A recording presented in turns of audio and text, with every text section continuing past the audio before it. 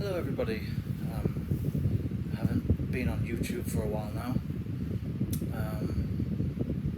Given what's been happening in the UK recently, I thought it was probably better that I give the more political side of things, commentary on what's going on over there, a bit of a break for a while, because, as I've said previously, the Starmers, Stalin, as people are calling him now, seems to be cracking down on free speech quite heavily these days, and I certainly don't want to get extradited and brought back to the UK. Probably would. I can't see it happening, but you never know. Simply for voicing your opinions, and it's over. That country's finished. It's done. It's dead and buried. Which brings me on to the topic of this video, which actually is. I have talked about this subject a few times on my Facebook lives, but not a great deal about it on here on my YouTube channel. And it's not really something I try not to talk about, obsess about it, but it is something that's ever present in my mind. Has been for a while. But before I talk about that, I do want to apologise for my absolutely hideous haircut, because I actually got this for free, which is pretty obvious by the state of my hair. So I've done my best as I can. I've done as much as I could with it. It doesn't really make much difference if I comb it or not.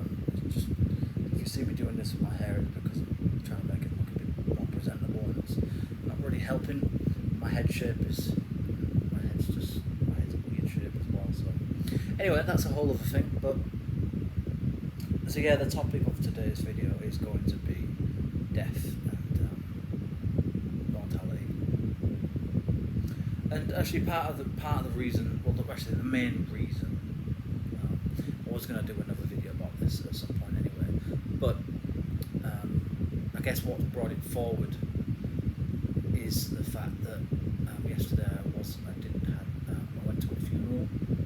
My wife's family members passed away at a grand age of 89, which is a long life, a life well lived. A good man, a kind man.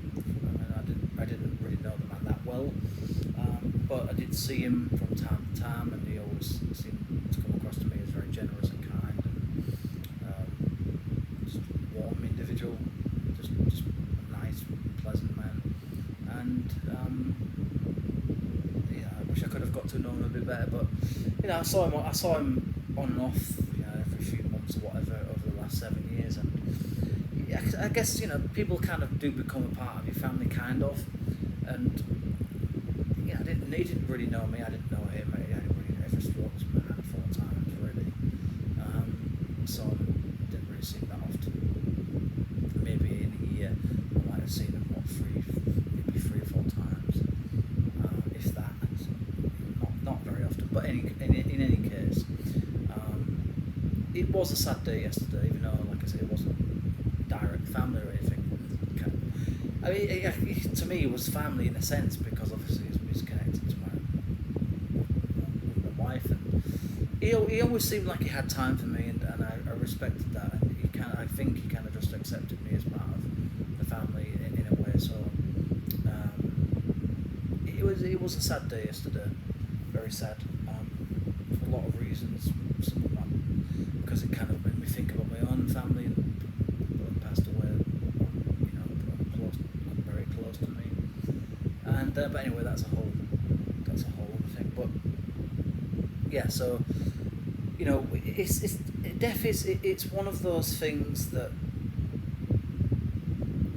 it's a difficult area. It's a difficult topic. Every time you hear about somebody passing away, you never quite know what to say to somebody. You don't want to come across as being shallow, or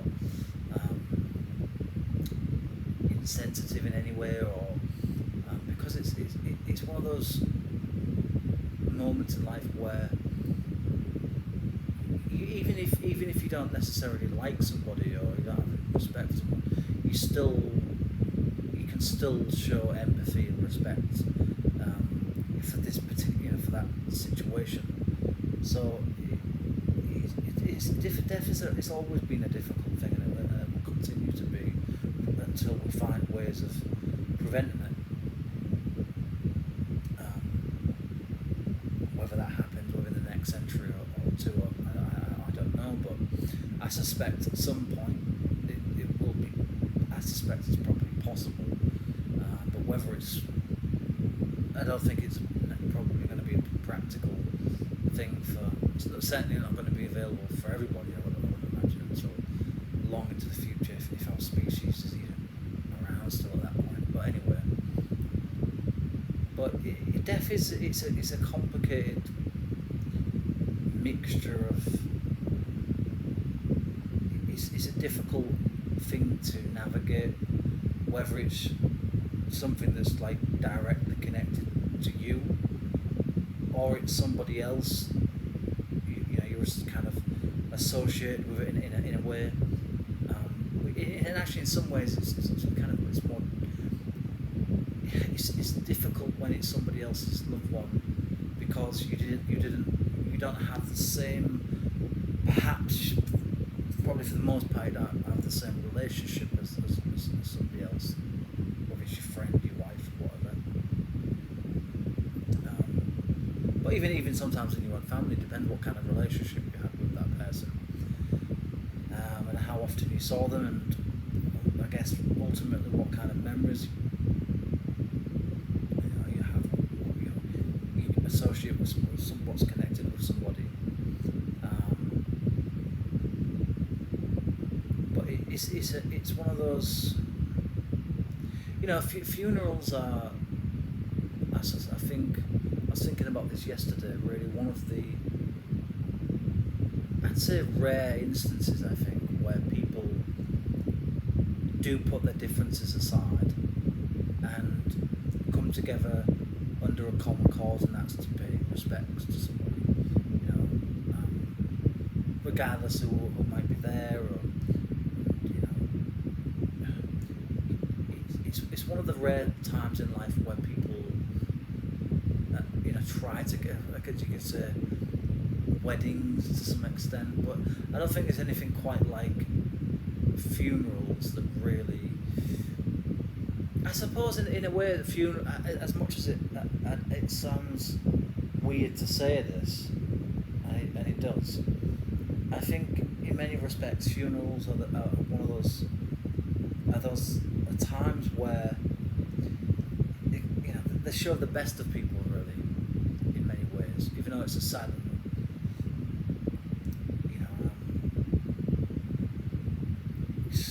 depressing kind of a situation to find yourself in for everybody, really. Nobody's at a funeral, to have a laugh at it. It's there to. It's one of those like some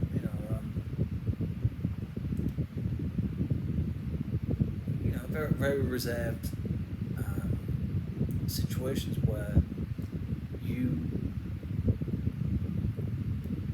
pay respects to that person who's passed away, but ultimately you pay respects to the family, especially if it's not somebody you was particularly close to. And that's difficult. Sometimes it's difficult to know what to say and do, because it's not that you don't care. It's just that it's that you have, because you haven't, a lot of the time, you haven't built a kind of bond with that person.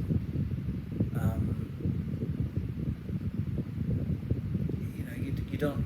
Obviously, you're not going to feel exactly the same, or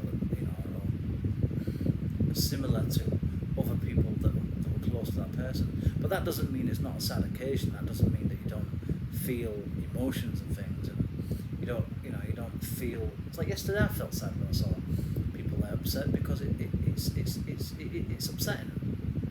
It's upsetting to see people upset, and I don't like seeing people upset. I know what it's like to lose somebody. I know what it's like to. I understand that grief. I understand that loss. To the people that knew that man for decades, of course, their grief is going to be a much longer.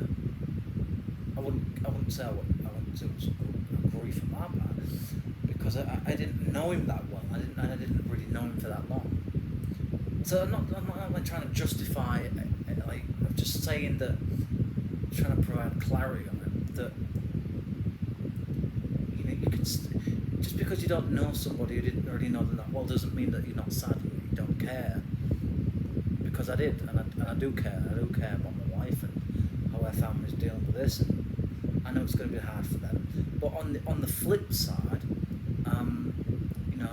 it's when you've lived for almost 90 years. I mean, look, it's sad when anybody that you had respect for and that you liked. And it's like I didn't like I said, I didn't know the guy that well, but I respected him, and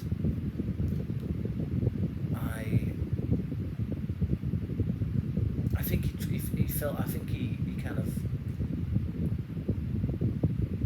brought me, in a sense, kind of, well, it was very welcoming. It was just very kind. It always come across to me as very kind, and kind of just like accepted me. So yesterday it was sad, but as I was about to say, on the other side of it, it was sad, very, very upsetting actually. Sometimes it was very moving for many reasons. But on the other side, he did live almost 90 years, and that is an incredibly long life. And I think, as far from what I know, he had a pretty good life really. I mean, apart from these last few years, I think, I don't know if it's 10, 15 years or whatever it's been, where he's had health issues. I don't know. I mean, but then again, you can kind of expect that once you're into your 60s, you're gonna, even your 50s really, you're gonna start having some health decline. But certainly by the time you got to your 60s and 70s, it's guaranteed that you're gonna start having some things are gonna start failing. Your body's not as strong as it was, and that's still sad though, just because I'm not trying to be heartless or anything. I said, oh well, yeah, but he did live 89, but it's not like that. It's just that it's like I hope I get to get to live almost 90 years, but I doubt I will. But at least you can say that you had a life, and a bloody long one, because so many people don't. So many people dying every day, as babies, as kids, as teenagers, as young adults, middle-aged adults, that will never see never see old age. And I suppose, so in a sense, it's a way of kind of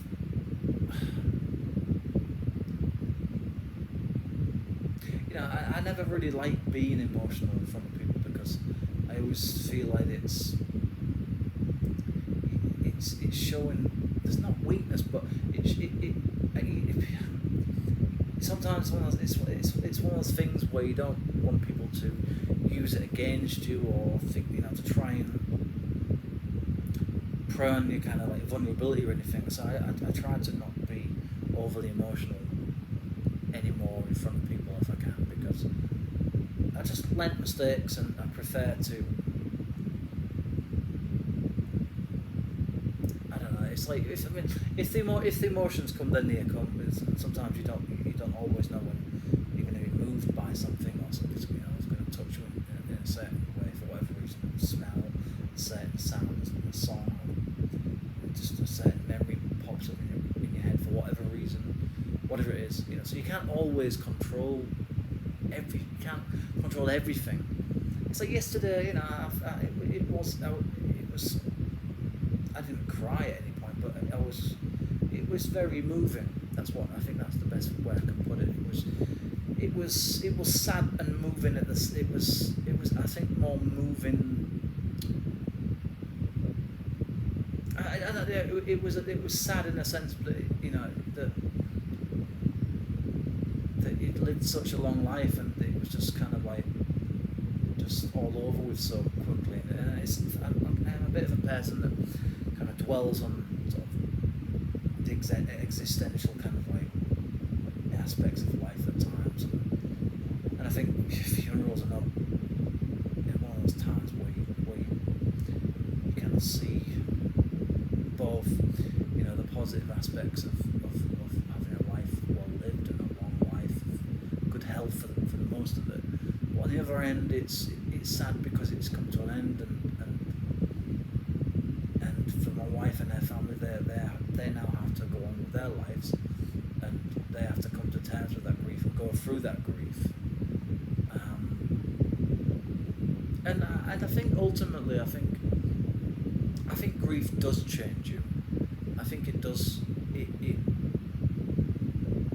I think it flicks a switch in you at a certain point. It makes you realise that you are on borrowed time. That you get up every morning and you don't really think anything of it. And how many people woke up this morning and they're in hospital right now. They've had an accident, or they've just died suddenly for whatever reason, or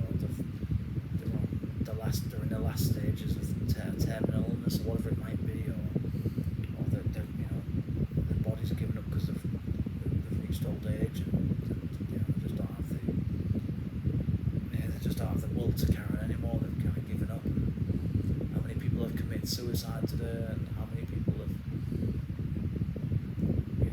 contemplated it? It's when you go outside, when you look at people, sometimes you do, it's like, when I look at people, I wonder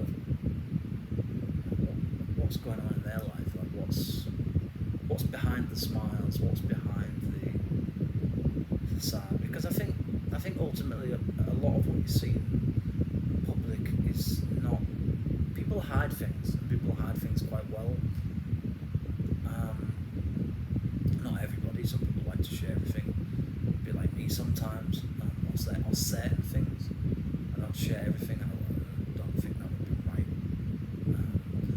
I don't mind sharing my thoughts, but I'm certainly not going to share all my emotions on YouTube, because to me that's, my emotions are the most private thing that I have, and I don't feel that the world needs to see that really. Sometimes I get choked up a little bit. Sometimes I'm talking about things and I get a little bit, it's like anybody, you have times where you're feeling joyful and happy and full of hope, I guess, and there's times where you feel like giving up in life, and then you feel ultimately just desperate and sad and lonely and so forth. And so life is full of problems. It's an emotional roller coaster, life, in many ways. And that can be minimal, every few minutes, every few hours, daily, things can. But anyway, I suspect really that funerals show the very best of people, because people don't want to put their foot in it, kind of thing. They don't want to feel like they're being disrespectful in any way, because most people don't try to be disrespectful. But I think one of the things that I saw yesterday is that I found sad was, well, there was a number of things really.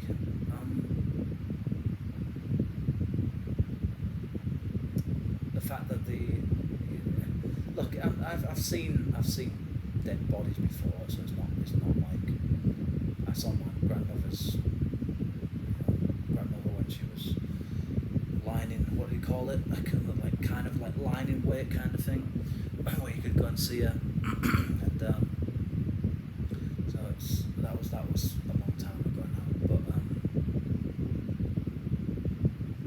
16 years ago now, so it's been a long time. But of course, you see things on the internet from time to time, and you see things in the news, so it's,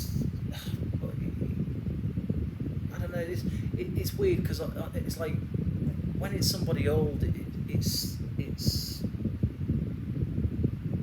it's sad. It's still sad because it's that that person didn't want their life to end. They wanted to continue living for as long as possible, like we all do. But on the other hand, you look at it and say, well, he wasn't in good health. It was his body was far beyond its peak, and he just didn't have the strength anymore. He just didn't have the.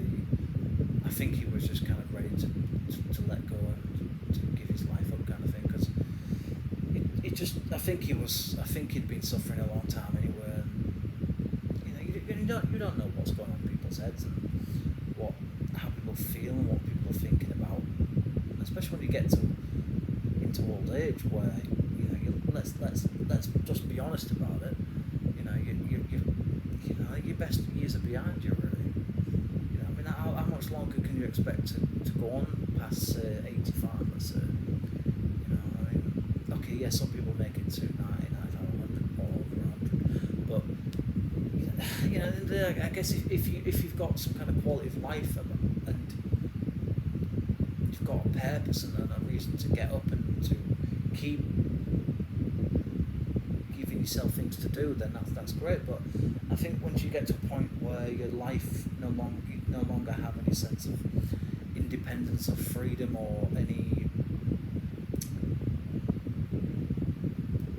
you just don't really have any reason to get up in the morning anymore, then I think for a lot of people that's the point when they say, well, I'm ready to go now, because I've had my life, I've had my youth, I've had my family, I've saved money for this, I've given my will and all that. So I think really people let go of life in stages, if they have enough time to do so anyway. And you could say that's one of the good things about having a will, is that it gives you that opportunity to it gives you an opportunity to start getting yourself ready for your own death. I'm sorry, this video is going all over the place, but I'm just kind of thinking out loud, really. I'm just kind of reflecting on yesterday. But yeah, the sad things that happened yesterday was seeing man's body being carried out of the coffin and moved into another area to be transported to the other temple, because obviously here in Thailand, the religion here is predominantly, as far as I'm aware, it's about cremation. It's not about burials here. So there was a long, like a kind of like I guess you would call it like a ceremony, a Buddhist ceremony, cremation ceremony, and it was done very beautifully. It was very moving at times, actually, very, very moving. And that's one of the things I really love about Thailand, is that they do things properly over here in that regard. That a death is it's sad, but it's also celebratory as well. It's like, it's not just people mourning and crying or being upset. It was obvious that people were upset, and I could see it in people's faces, because I know what grief is, because I've dealt with it myself, and I know when I see it, for the most part anyway. And so it's you'd have to be a complete psychopath or sociopath to not feel other people's grief sometimes. It's like I have empathy with people.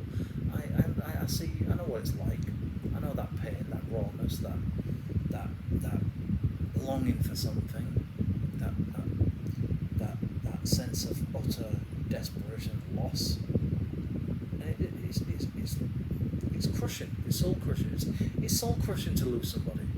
It's heartbreaking to lose somebody that you cared about, that you loved, that you respected, that you spent time with, that someone that had time for you. It's one of it's probably the hardest thing that you'll ever have to deal with in your life. It must be. It has to be, surely. I don't think there's anything really. I mean, apart from dealing with an illness, like a horrible illness or disease or something, or maybe like losing a child. as a parent, that the grief of that, right? Yeah. But I say for the most part, there's nothing as heartbreakingly sad and difficult to deal with as grief, as bereavement, as the funeral's the easy part, really, because in a way, a funeral, it helps you to kind of move on, because it's in a way, funerals are a good thing because they allow you to just pay respects, they allow you to say goodbyes, they allow you to,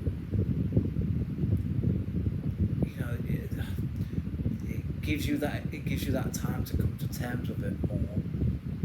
Because I think really until the funeral happens, I think there's still kind of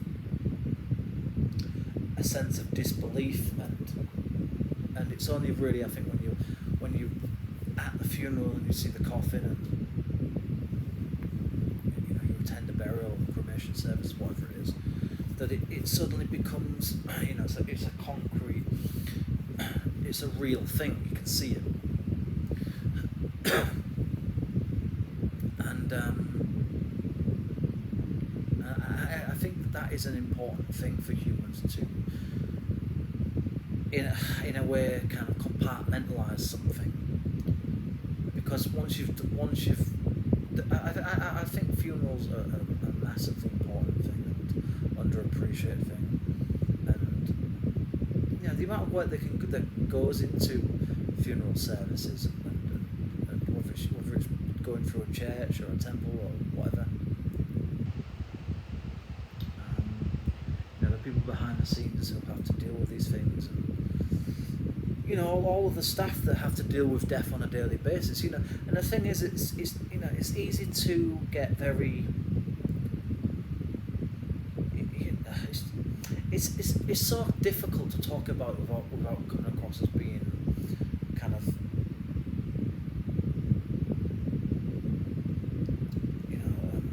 unsympathetic, or, like I said, insensitive, and I really am not that person.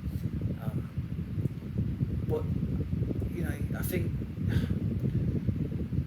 look, there's a time and a place, I think, for your emotions, and there's a time and a place to quite literally deal with your loss, and that is whether it's a church, a temple, whatever.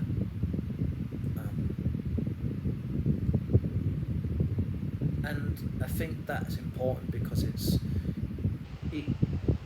in a way, temporarily it gives you this sense of closure, because it's an event that you'll only have once, and you know that, and that's important because it allows you to. I don't like using the phrase "move on" because I don't think anybody really does ever truly move on from the loss of, especially from someone really close to you. Excuse me. I don't think anybody ever does truly get over a death of somebody that they really truly loved and cared about. You don't move on as such. You just.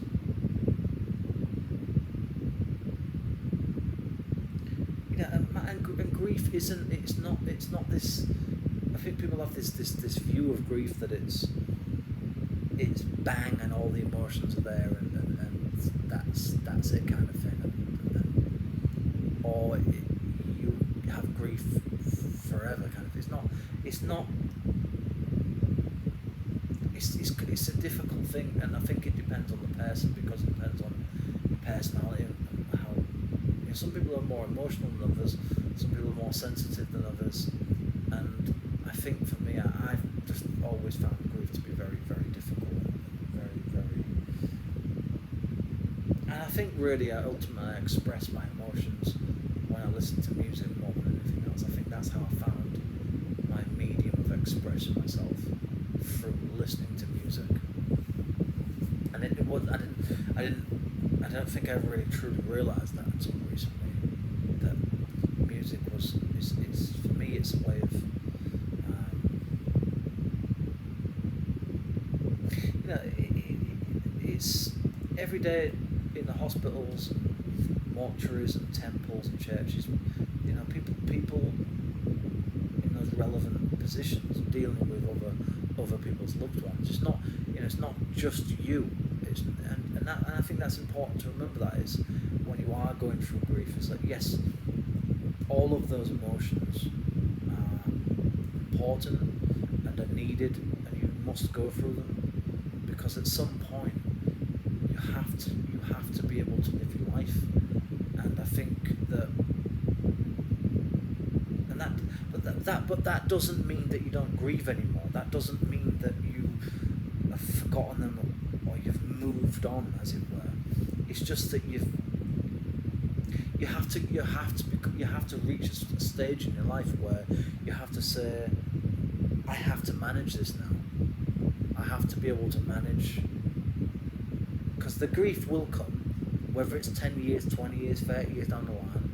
You'll still have moments where you feel sad and down and depressed about that missing that person, feeling lonely and not being able to, you know, talk to them anymore and laugh with them anymore. And it's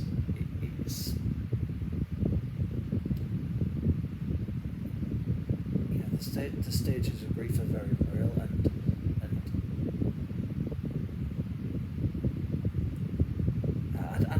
and I think another thing to think about is that the person that has died, I think ultimately they wouldn't want you to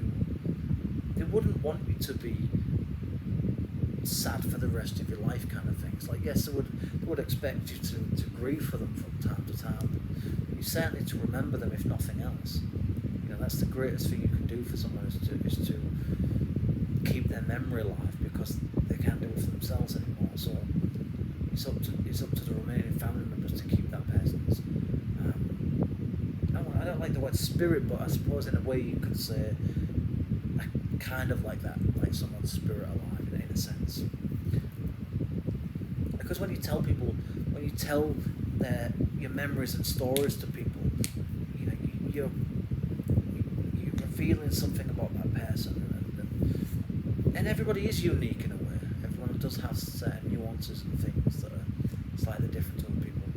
But you know, I think one thing that I can think that can help you with grief is that when you do think about other people and that have to deal with these things, and how difficult it must be for them to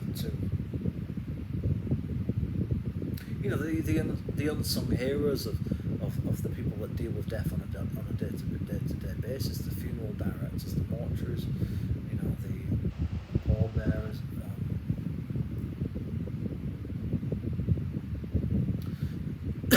the bearers, what they're called,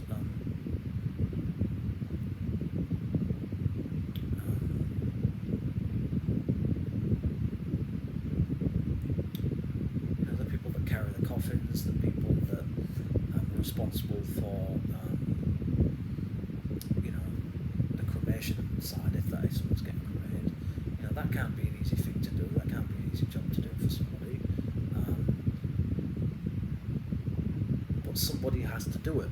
You know, somebody has to be responsible for dealing with, you know, somebody's body at some point, and somebody at some point, whenever that will be responsible for my body. You know, whether I get buried or whether I get cremated, I don't know. But at some point, some poor bugger will have to deal with that. And you know, we don't think about these people sometimes.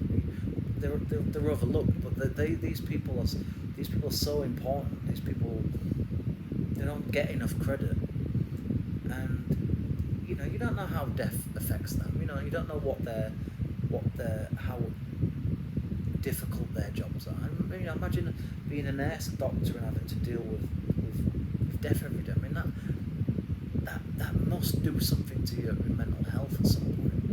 It must do. It must affect you. You know, and doctors, nurses, when I've seen interviews talking about these kind of things, or people who work in hospice, you know, they say that, you know, you kind of put your emotions to a side and you can't deal with later. Well, that might be true, but at some point, I suppose you do have to. You either have to just kind of blank it out altogether and pretend that it's.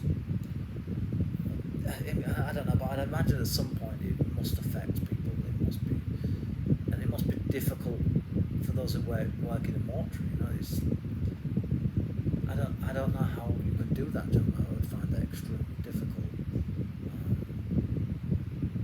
It's such a highly sensitive area, talking about death and dying, and I think that's why a lot of people don't want to talk about it, because it's a very emotionally charged. It's not taboo, but it's one of those areas of society that we just don't like talking about it. We don't like to come to terms with it. We don't really want to confront it head on until we absolutely have to.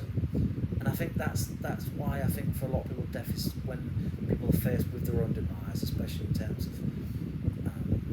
contracting a terminal illness, whatever it is, or whatever the case may be.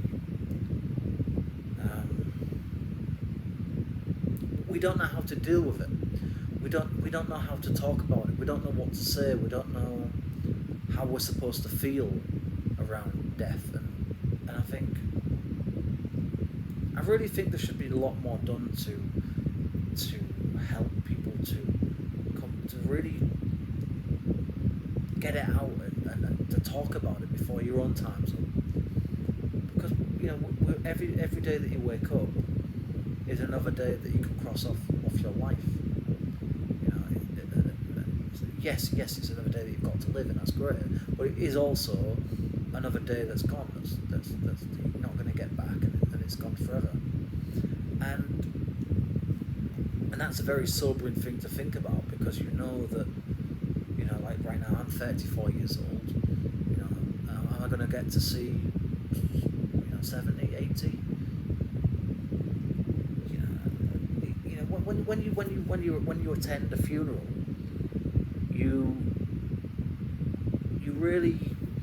it really brings home just how, because this man who I mentioned, I saw him only really, was it about 2 months ago, I think it was, and he didn't look. I mean, I knew that I knew. It's weird because I kind of felt that it was something. I don't know. It's weird because I kind of felt that something wasn't quite right with him. But I certainly didn't think he was going to pass away. It was a bit like my uncle. I knew he was ill, but I didn't realise just how bad it was until obviously I got the news. And so funerals are difficult because even when it's not somebody that's your immediate family, it can bring up all sorts of memories and difficult emotions and regret sometimes and things. And it's I can understand why some people don't like going to funerals. I get it. I totally understand. But I think, to me, it's the last greatest opportunity and honour that you can give somebody, really. And I've always, apart from, and it's something that eats me up and bothers me, and I should have been there for my late grandfather's funeral. I should have been there for my uncle's funeral, both of my uncle's funerals, and my aunt Sonia's funeral as well. And sometimes it bothers me, actually, because I should have been there, and they would have wanted me to have been there.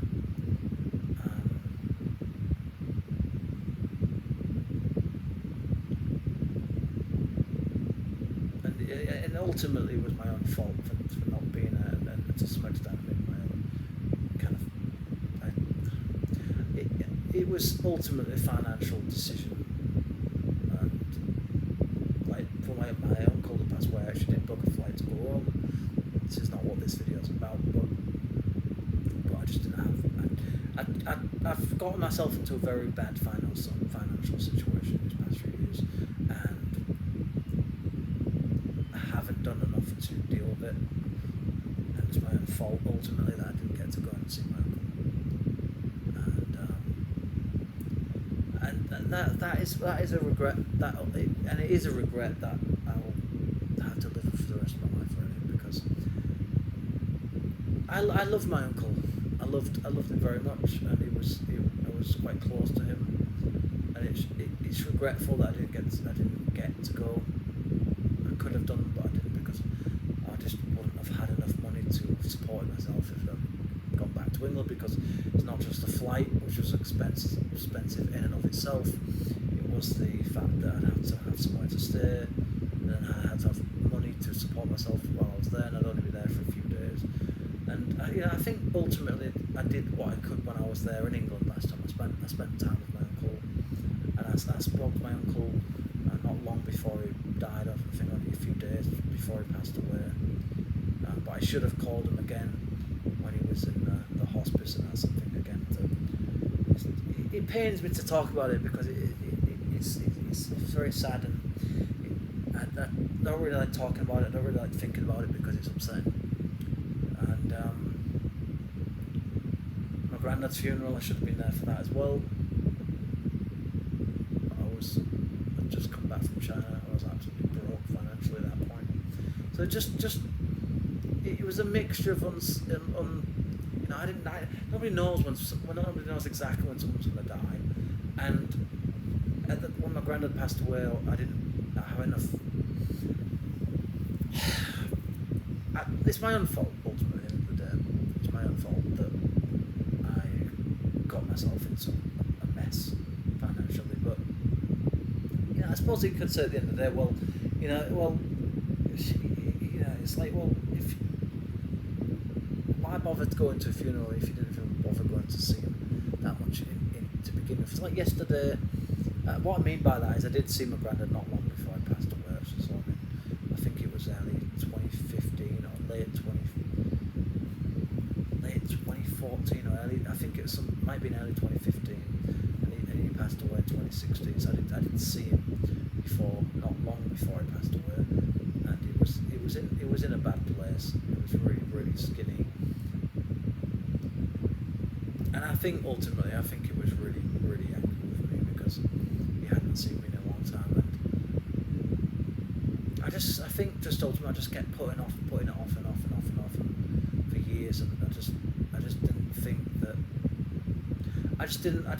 I felt that it would be kind of like rubbing salt into the wound kind of thing, because I hadn't seen him for years, and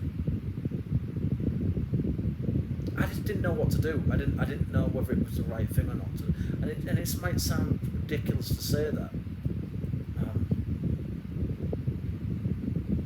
but my uncle, my grandfather, my mother's father, he'd been in and out of, from what I can tell, and mental health institutions from 2003, I think it was, or 3 or 4 time, I think, and it was like that until he left in 2016,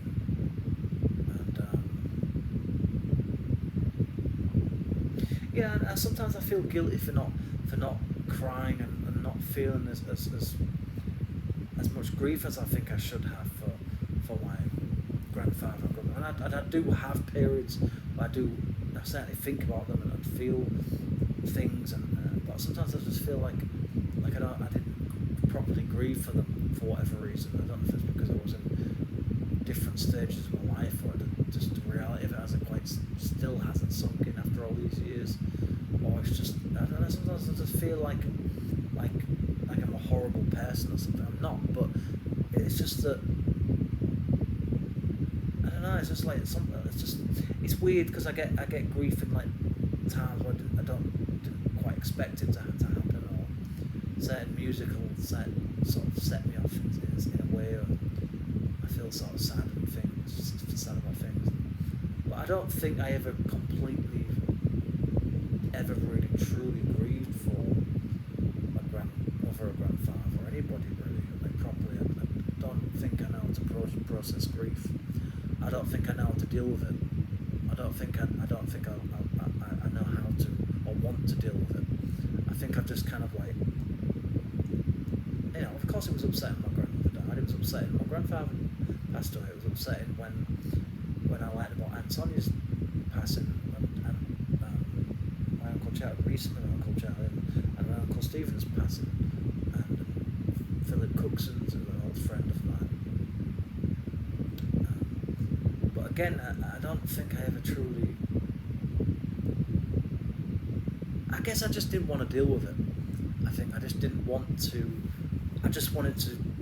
I didn't want to deal with it. I just couldn't deal with it. It was just too difficult to process it. I think maybe just something fucking wrong with me. I don't know. I'm just too far gone mentally. I've just dealt with depression for so long. Maybe it's to do with that. That I just don't have anything left kind of in the tank anymore. I just don't, and I just don't want to deal with it anymore. I don't want to think about death. I don't want to talk about it, kind of thing.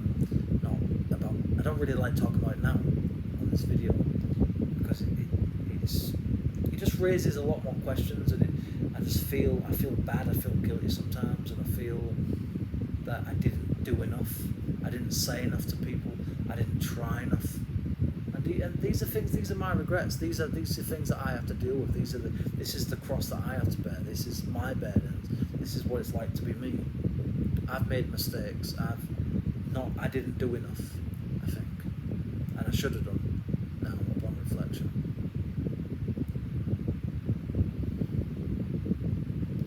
So, yesterday seeing that man being carried out of the coffin and basically preparing him to go into the chapel, whatever you would call it, the temple sort of chapel area to be cremated. There's no other easy way to say it, but that. And it was very sad, actually, very, very sad, very moving. Everyone was walking around, because in the tradition, I think, there's a thing where they kind of like funeral march kind of thing, where they walk around the temple a few times, and then they have the opportunities to touch the coffin and say pay your last respects and say goodbyes and things. And all of that was very, very moving. Honestly, it chokes you up when you see things like that, because that in and of itself it is moving, because that's somebody's loved one, that's somebody's husband, that's someone's father, that's someone's brother, that was someone's son, that was someone's best friend, that was someone's best friend, best memories of whatever, it's a life gone, another life extinguished, a man of a different generation, and leaving behind a big family and a big loss in the family as well, because I think in many respects it was like a lot of men, a really stable, a sense of stability, a rock in people's lives. I think sometimes you don't realise the extent of just how much of an impact you've made on people, and it's sad that you don't get to see it. That you don't get that opportunity to see the people that are going to be at your funerals. Like, I don't know who will be at mine, if anybody, but I'd imagine it'll be, if my brothers and sisters are still around, they'll be there, I would hope. But who else will be there? I don't know. I can only hope that it would be like what happened yesterday, where there was probably a few, 100, 200 maybe, people, but regardless of that, it's, on the one hand, it was very special, very moving, like I said. There was a few times where I felt like, I was going to cry, and it was just very, very, very sad sometimes throughout the day. It was really, really sad. And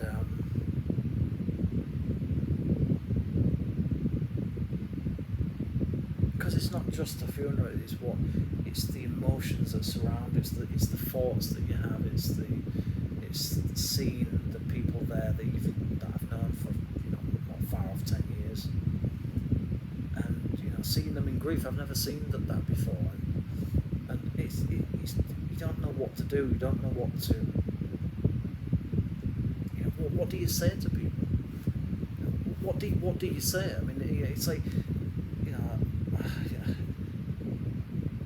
I express my condolences and so forth, but it's like, and that is the truth. But it's like it all just feels a bit not false, but a bit shallow, really. And it's like I don't want to come across as being like that.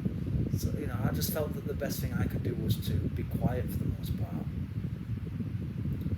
and just be respectful. Come dressed appropriately, and dress smart for the occasion, because that's the best thing. That's the most respectful thing you can do.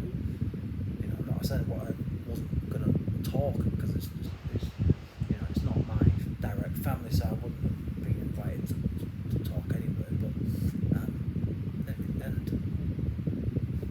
But I think he would have. I suppose if I could have asked him, I'd imagine he probably would have wanted me to have been there because of my wife. So, but on another aspect of this is, it's like you see, look, there's always going to be those types of people that are there for freebies and food, right? And of course that's not everybody. There are people there who will have seen this man on and off over the years and spent some time with him when they could and whatever. Well, I think ultimately I'd say a good 40%, maybe more, of those people there probably didn't really know him that well. Probably didn't see him that often, really. Probably saw him less than that. Probably saw him less times than I did. I'm not trying to claim anything, but I didn't really know. I didn't even know his name, really. I knew his nickname, but so it's not like that petty fucking point score or something like it. That'd be completely inappropriate. But my point is that I just think that if you're gonna go to a funeral, do it for the right reasons. Otherwise, just don't bother. Just don't turn up, because I just think people can see right through you. It's like if you just come in for the free food, then I just think you need to take a very, very long, hard look in the mirror, quite frankly, because that's not what I do. And look, I don't expect everyone to live up to the moral standards or whatever they call it, or the way I think and feel about things. But surely I would have thought it'd be a pretty universal thing, wouldn't it, that you should go to a funeral because you want to pay respects and want to say goodbye, and you want to do the respectful thing, rather than just turning up just for the sake of it. It's like, I just think that it's a bit. And all the decorations and all the ceremony, that's all good and great. But I mean,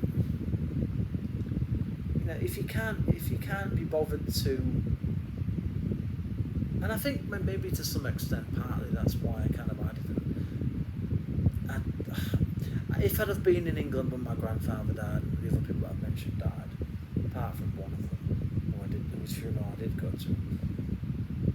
I would have been to all of those funerals if I'd have been in England. But because I was over here, and these last few years have been incredibly hard because I've been trying to finish my degree, and I'm not trying to justify it, but there are things that have contributed to it.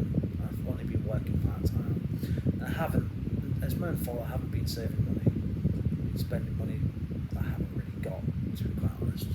So I got myself into a mess, and it's my own fault. But ultimately, what I learned from yesterday was that life is precious. It really is, and you don't realise how short it is. sure he probably didn't feel 89.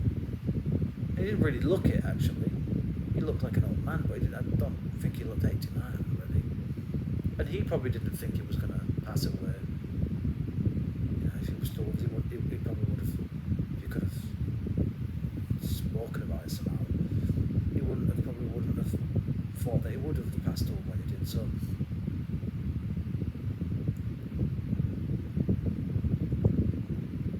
there's a real sense of solitude and peace, and it's sad, and it's a shame that it takes death to realise that time, and it's something people say all the time, but it's so true, that time is precious and it's very, very valuable, and you just don't know when it's your time, and it will be your time at some point. It will be your time to say goodbye to all the people that you've ever known in life, those closest to you. I mean, if you have good relationships with them, if you get the opportunity to, unless maybe die suddenly or whatever, but you get the chance to. But if for some people they will say goodbye to people for the very last time, or have their last conversations, their last breaths. And for me, I just hope that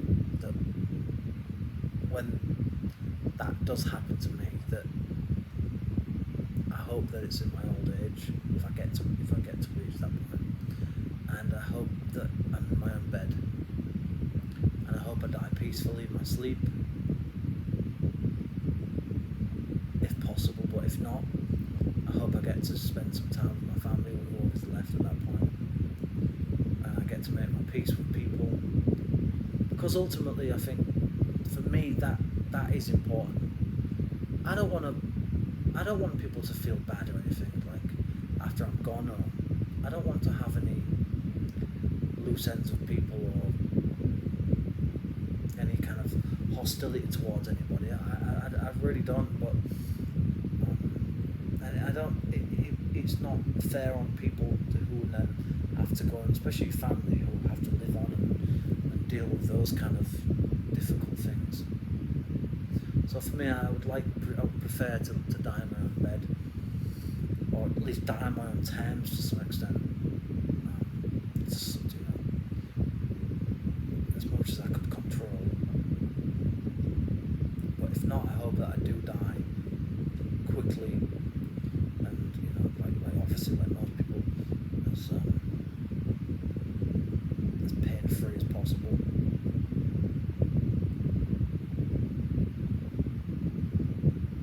So I think ultimately with funerals, weddings, you see the best and worst in people. People are complicated, so it's not always as black and white as you might think. I'm sure there's a lot of reasons why people were there, and I suppose ultimately people didn't want to end up with a guilty conscience because they didn't turn up to the funeral or whatever or something. So I get it, I understand it.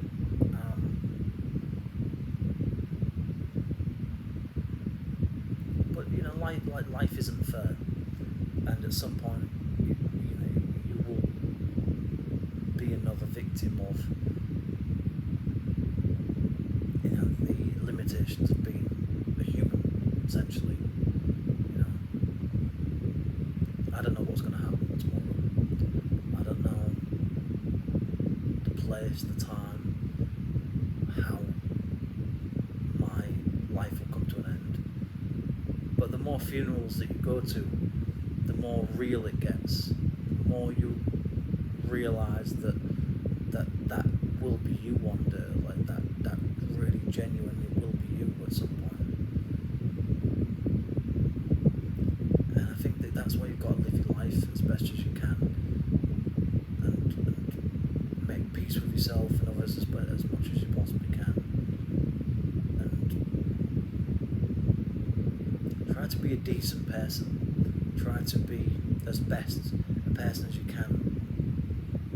And I know that life's hard, and I know that people are difficult to be with, to live with, and to work with, and just in general, life is difficult, and it always has been, and it probably always will be.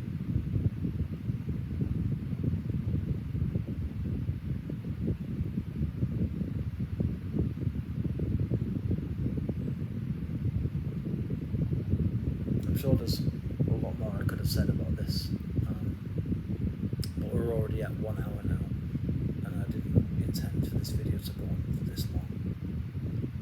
But there's really a lot to say about death, and I really would like it to not be such a dark kind of, this depressing topic that it's nothing wrong with it being an emotional topic or area of conversation, because it is, and there's a lot of reasons for that, but it doesn't have to be depressing. It shouldn't be depressing. It should be, and I think this is one of the things I love about Thailand, is that I think that Buddhism gets it right, I think, in some ways, and they do it so respectfully, so meticulously, so such a peaceful but structured manner. I think if I could choose a funeral to have, it would be a Buddhist funeral, I think, because I think it's, or at least, or an older style Christian burial. Ultimately, what I want to do is to be buried when I go. Not that it matters, because once you've lost the ability to feel anything, to think anything anymore, which is what death is basically, it doesn't really matter what happens to my body, because I won't need it anymore. It's gone. It's finished. The things that make me, as in my sense of who I am and my personality, or whatever you want to call it, sort of the inner massively complex things that we call ourselves, they're gone. This is what you're looking at right now.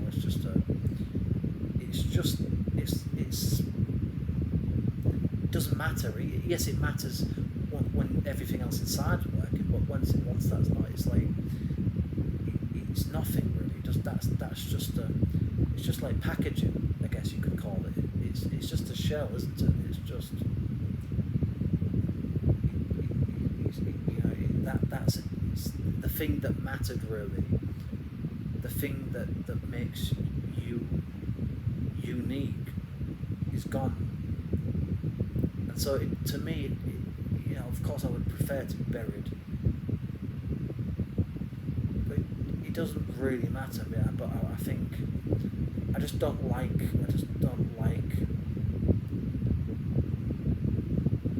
the idea of being buried for some reason. It just kind of feels, I don't know, it just feels a bit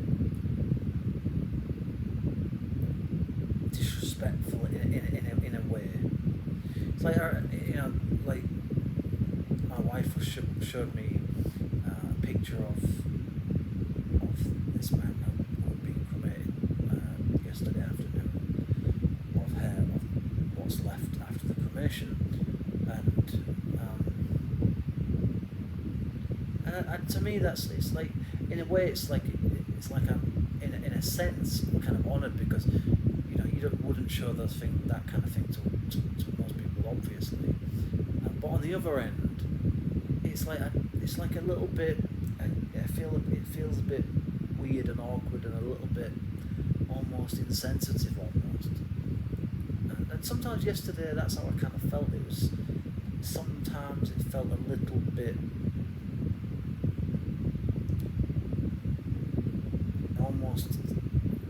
almost kind of like crossing a line, sort of, sometimes, but things are done differently in different parts of the world, and so sometimes you have to put your own ego in check and your own culture and perceptions of how you think things should be done or not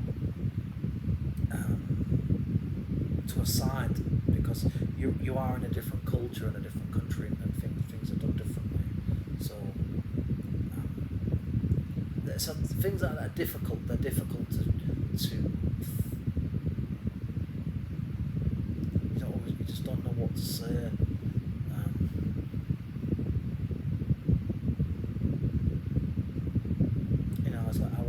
I was asked to go to the coffin, and that was, I felt very very humbled and honoured to have been given that opportunity to do so, and that was great. That was I wanted to do that,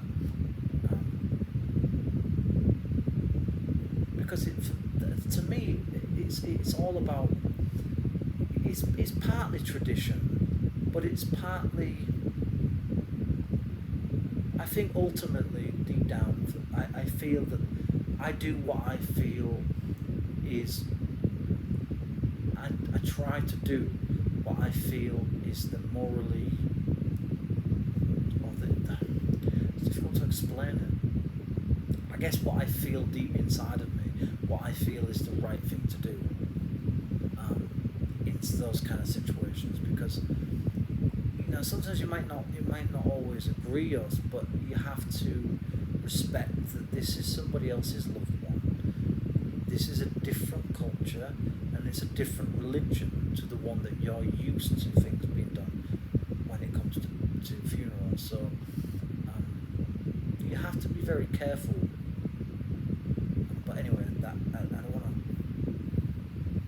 don't really want to make this video to go on too much longer. So maybe just another 5 minutes, and then we'll leave it there. Because the thing is with long videos, they do take quite a while to upload onto YouTube.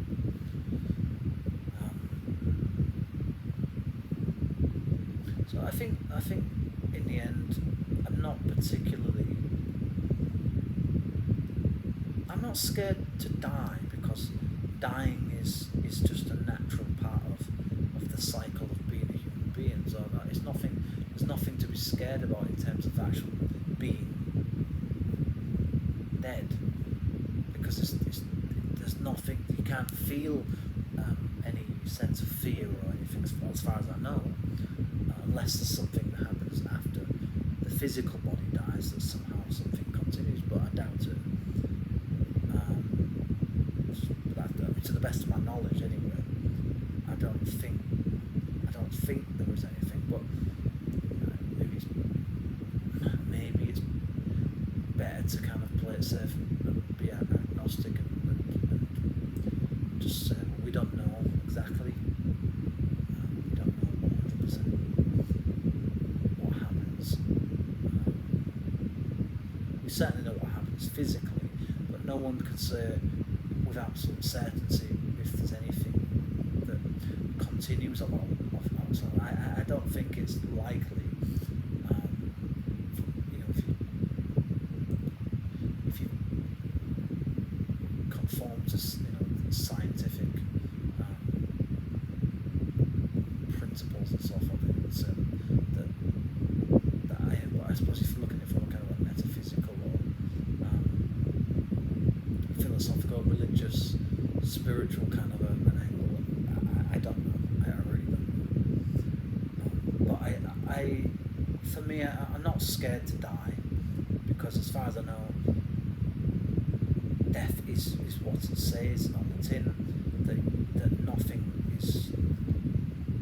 works anymore. It's just like taking the battery out of your phone. The screen goes off, nothing works, and that's it basically. So that's essentially what it is, isn't it? It's just that's the end. That is the end of you. That's the end. That's it. That's finished. That's it. That's it.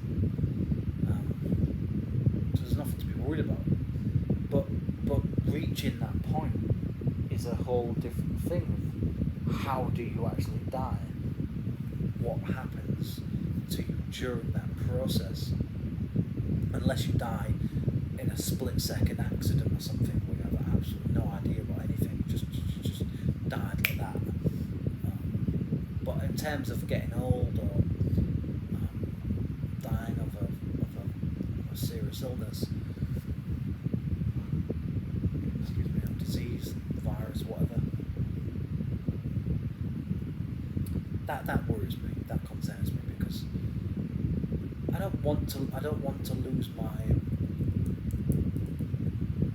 mobility, is that the right word? I don't want to lose I like to be able to do things for myself, and I don't want to become a burden to people as I get older, or if I become ill at some point for whatever reason. Because to me that to me is I'm already halfway gone at that point. I might as well be dead already, because to me life is about having control of your own life, kind of thing. And once you haven't got that anymore, to me, you've got nothing really. I don't really think you've got anything. I wouldn't want to have tubes shoved down my throat, or nose, whatever. I wouldn't want to have people taking care of me like a baby, because I don't want to lose my sense of dignity and privacy and independence, I think. I would rather just put a bullet in my head if it ever came to it, I think. But of course I wouldn't do that. But I don't know, it's such a... I think it calls into question what kind of quality of life do you end up wanting in the end. I want to reach old age, but I certainly don't want to reach old age if it means you're essentially not the same person anymore. You're not the same person you used to be.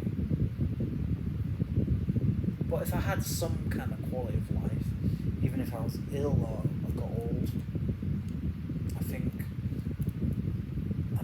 I'd find it easier to carry on and justify living. But of course, but in terms of terminal illnesses and things, it's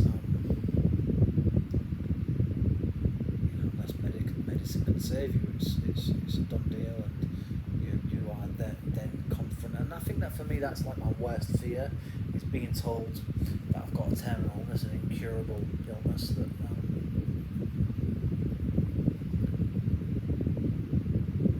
you can certainly try to go through rounds of whatever chemotherapy or whatever treatments, medications and stuff, but ultimately it's probably not going to do much for you. So life can get very, very terrible very, very quickly for a lot of people, and I hope that isn't what happens to me. I hope I don't get cancer or something along those lines. Like I said, I hope that when I do go, and I will be going at some point, whether it's in my 30s, 40s, 50s, 60s, 70s, 80s, nice.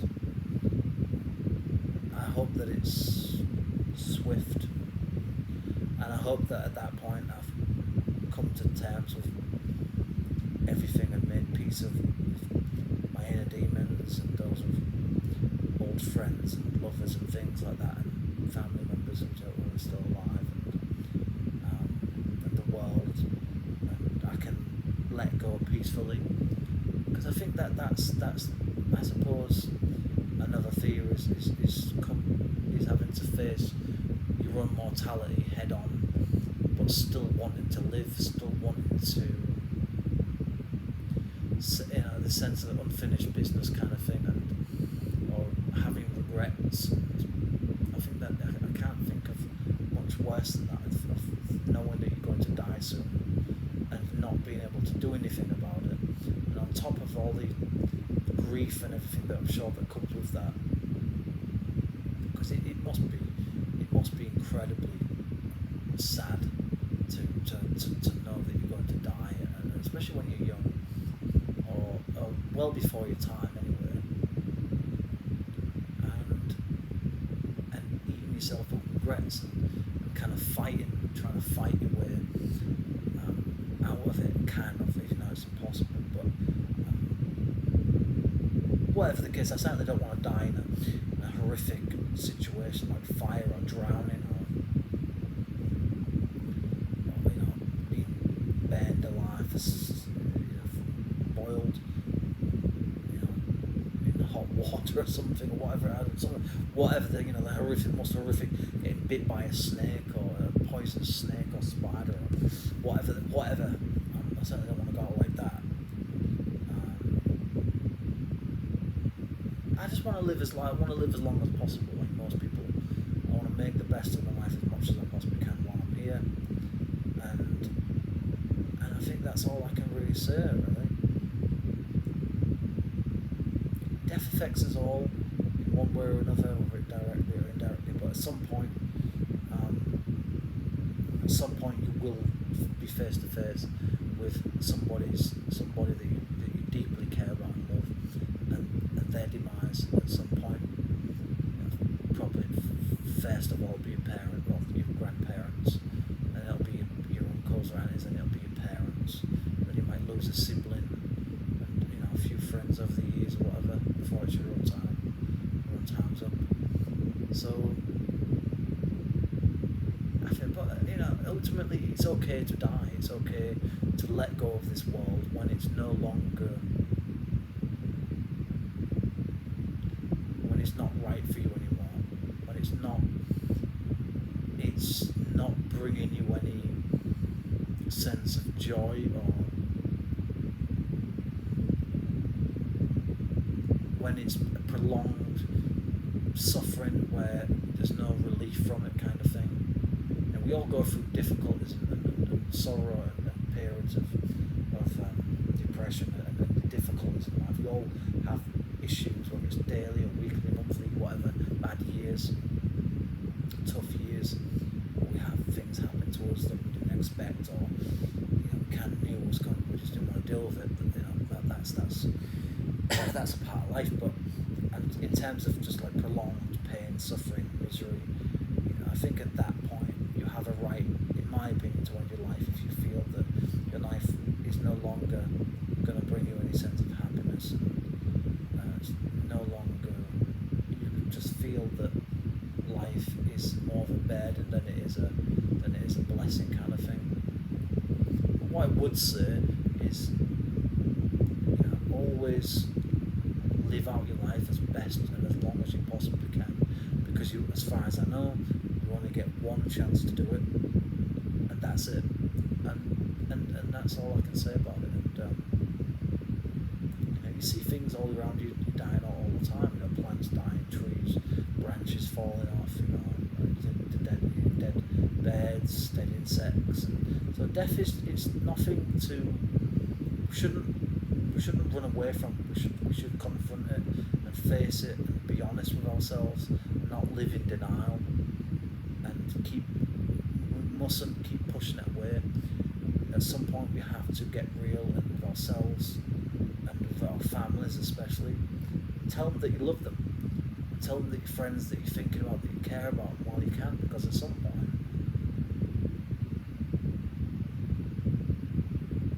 you won't be able to.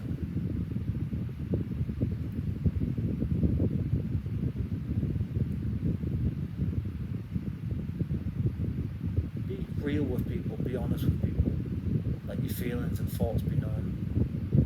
Because I think in the end, what really truly matters in life, I think more than anything, is being a role model to people, setting an example, giving people good things to remember, and just doing your best, trying your hardest to be as kind as you can and as decent as you can, even when you're faced with all sorts of trials and tribulations. That's what matters. That's what life, I think, is. That's what I think life should be about more than anything else.